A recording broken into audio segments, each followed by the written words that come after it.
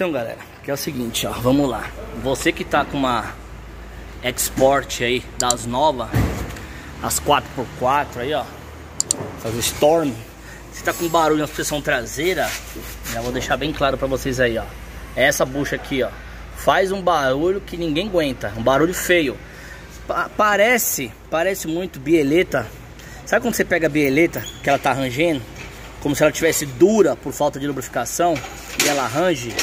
Mas não, o barulho é aqui. E para você fazer um teste sem desmontar, você abre a porta traseira, direita, traseira, esquerda, se pendura, né, na caixa de ar ali e balança bastante o carro. E você vai ver, você vai pôr a mão aqui, você vai ver o barulho vindo daqui, ó. Tá ok?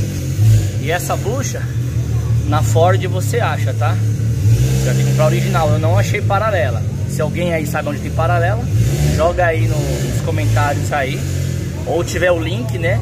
Pelo menos eu não achei paralela, mas achei original até no Mercado Livre, beleza? Eu vou ver se eu deixo o link aí pra galera aí, tá? Então mais um vídeo, mais uma informação aí pra você que tá com uma Export com barulho na suspensão traseira.